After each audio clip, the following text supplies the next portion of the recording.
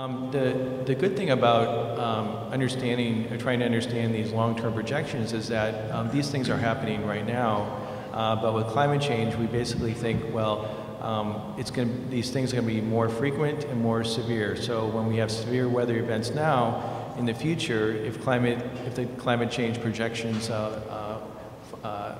play out as we project they will, we're just going to have more frequent storms and more severe storms. The same is true with heat. Now, obviously, we have very extreme heat days, but the climate change projections tell us that we're going to have more frequent days of high temperatures and more higher temperatures, if you will.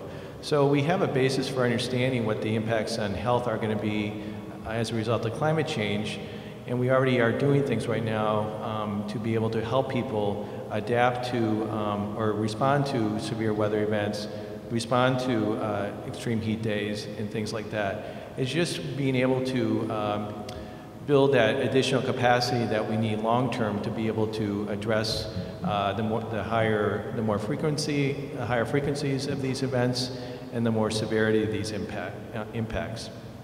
So some of the issues that we're mostly dealing with is that, again, with severe storms, we're looking at injuries and mortality as a result of those severe storms. So what can we do as a city, as a population, to make sure that people are prepared for these kinds of issues?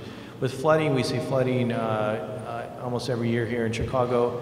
And obviously one of the impacts of flooding is not only injuries and death as a result of the floods themselves, but basements backing up, mold growing in basements, people having health effects as a result of mold and mildew. So one of the things the health department does in cooperation with OEMC and the Department of Environment is trying to educate people about these impacts of mold and mildew and helping them understand what they need to do and how they need to do it to respond to that. And of course, heat is another very important thing. If you remember back in, I believe it was in 1996, I believe, when we had that extreme heat wave here in Chicago, 1995, and several hundred people died as a result of that. So we can look back at that event and say, okay, who was mostly impacted by this? We understand that it was generally the elderly, those with severe chronic illnesses like lung disease, heart disease, diabetes. And the most important thing is are those folks that really didn't have the means to ensure that their homes were adequately cooled, and as a result of that, they died of heat-related illness. So again, this whole idea about having more frequent high heat days in the future and higher heat days in the future will help us to make sure that we have the capacities in place to be able to help those people out and help them prepare and respond to that. And as an infectious disease person, I'm also very interested in the impact of weather on infectious disease. And one of the biggest questions we get from the health department is, boy, it's cold and it's rainy, therefore I'm concerned about West Nile virus. Well, actually, the opposite is true. With the West Nile virus, which is a virus that's transmitted by mosquitoes, we're not necessarily concerned when it's cold and rainy. We're actually concerned when it's hot and dry. And why is that? Well, the mosquitoes that actually carry West Nile virus are mosquitoes that actually like to reproduce in small pools of water. So pools of water that may be in your backyard, in your neighbor's backyard, things like that. And that's where the mosquitoes like to breed. And as we see hotter and drier temperatures towards the end of July, August, September, we're likely to have more severe West Nile virus seasons. That's because of the fact that we're having more mosquitoes that actually carry these viruses and more illnesses as a result of that. So just an interesting thing about West Nile virus and weather there. So, okay, Tim. I just want to say one other thing about it. How many people in this room have allergies to everything? You know, you get the allergies. Okay. This is another concern, and this is why the city, and this is why people want you to be aware. If, like Rick described to you, we go from point A to point B, and we end up 8 degrees warmer after 100 years, that means the atmosphere is warmer, it can hold more water. That means there can be more rain. That means that we can see a longer growing period for all of the ragweed and all those obnoxious things that just knock you out every spring. That means we'll see more mosquitoes. That means these are the issues. And those are the issues that the city is trying to plan for, and communities around the world are trying to plan for because if the climate goes up and down, they're going to have to plan accordingly. I will tell you this. When I was in Tampa just a year ago, when I went down there for I call it my mini vacation, for my 2 years down there, we had the coldest winter on record, followed by the hottest summer on record. So talk about variability, that's craziness, and that's the type of thing that going forward, the city of Chicago wants to be prepared for, the suburbs want to be prepared for, and all of you should be prepared for.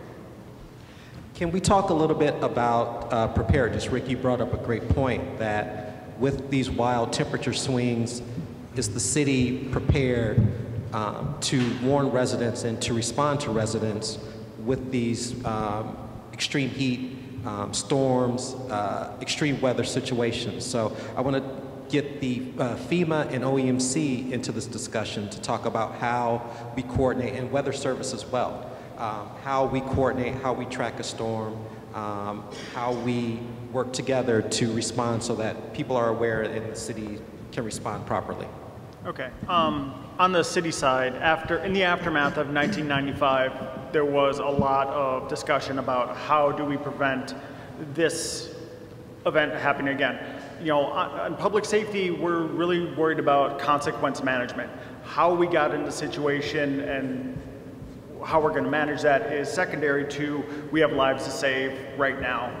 So our planning is based around summers are going to be hotter, winters are going to be colder, storms are going to be more severe, we're going to have more rain. The centerpiece of our response in the city's extreme weather operations plan, it's based off of how the city is going to use existing resources and existing systems to better manage the public safety during times of extreme heat and cold and storms. For example, on any given day, there are 1,000 buildings in the city that can be used as either cooling or warming centers. Some of them need to be stepped up, some need to be extended hours, but we have these resources, we have the people in place to do this. It's just a matter of coordinating the effort, and that is what OEMC does as the coordination agency for the city, making sure police, fire, and the other non-public safety departments are all pointing in the same direction. So whether it is having the parks extend their hours, having the cultural center keep this building open later, family and support services reaching out to their clients, CHA walking and knocking on doors to check on their people. This is how we're managing the extreme climate that we're dealing with. Now, on the response and getting information sharing, the key is our relationship with the Weather Service. Both organizations have 24-hour points of contact that truly speak every day. It's very simple. We have a bat phone that from our operations center to their operations center, you pick it up and it rings in one or the other places. So that information sharing is instantaneous. And just like everybody else, we have a weather radio down there too as our backup. So if we don't get a phone call, the weather radio is going to go off, plus the internet. Plus all of our Blackberries are lined up with apps to let us know what's going on with the weather. So the communication is the key. As the Weather Service feeds us that information, it's up to OEMC to decide what do we do with that. Right now there is a rip current statement listed for the beaches. So while we were sitting here, I forward that on to the park district so they're aware that there could be a danger for swimmers at the beach. Not that anybody's swimming today, but just in case. So it's the information sharing. At OEMC, we use a couple of different ways. Internally to the city, we have a simple email paging system to let all key decision makers know in departments what the situation is, whether that is weather, whether it is traffic conditions, whether it's criminal activity. That's a constant thing that's going on at OEMC. And then externally, through media affairs, through the Notify Chicago system, through our Facebook page, through press releases, we're getting that word out. In extreme situations, we have the tornado sirens that we can use. We have the emergency alert system, which breaks into forecasting, to regular broadcasting to give out emergency messages. And we coordinate that, of course, with IEMA, the Illinois Emergency Management Agency, the Weather Service, and our media partners. So there's lots of different ways that we prepare and communicate the information, and the key is the communication, because it's not just during the event to let people know what's going on. It's on the pre-end to let people know how to prepare, what they need to do to take care of themselves. Because so often what we find is that the most vulnerable are the least prepared. And we need to get the word out to everyone. Okay, if you live alone or you have family that live alone and they are vulnerable, they are in poor health, when the weather gets bad, you need to know, you need to check on them. You need to go knock on doors, talk to your neighbors, make phone calls. If someone needs help, call 311. They can get a ride to a cooling center. You know, if it's an emergency, call 911. These are things that we need to keep drilling into people, things that people know, but they need to be reminded of. Now, when does FEMA get involved? I know we had the floods last year. We obviously had the blizzard a few months ago, but we're going to stick to summer weather. But can you talk about the disaster declaration process and how you worked with OEMC? Certainly.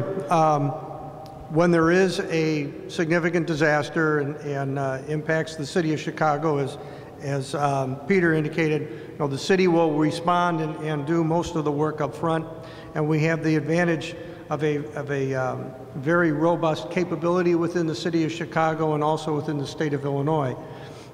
There are emergency teams that the city can turn to if they need support from the state. They have teams that are scattered around that can quickly come in as well, depending on what the requirements are. And then if they're in the case of significant collapsed structure or something like that, there are some federal teams that we can quickly bring in to assist if it's needed. And the process is that the mayor would talk with the governor of Illinois, would talk about the situation, they would discuss what the requirements are, and while they're talking, of course, emergency managers between OEMC and the state of Illinois and FEMA are also talking about what are the requirements and where does it go. But the basic process is the governor must request from the federal government, from the president, a disaster declaration to get federal assistance and to get federal support. There are certain things the governor has to do. He has to implement the state emergency plan. He has to, normally that involves calling out the National Guard and providing additional assistance to the city. So there's some things that have to be accomplished by both the city and the state to get there. There's also a requirement for a damage assessment. And again, in a catastrophic disaster, that can be very quickly done by discussion, looking at the impact. But in most cases, it means coming out and walking the ground with officials from the city and in the county and the state to verify the damage and to determine the amount of damage. And then that would be the FEMA region. We then review that information and send a recommendation up to the president as to whether or not there should be a presidential disaster declaration.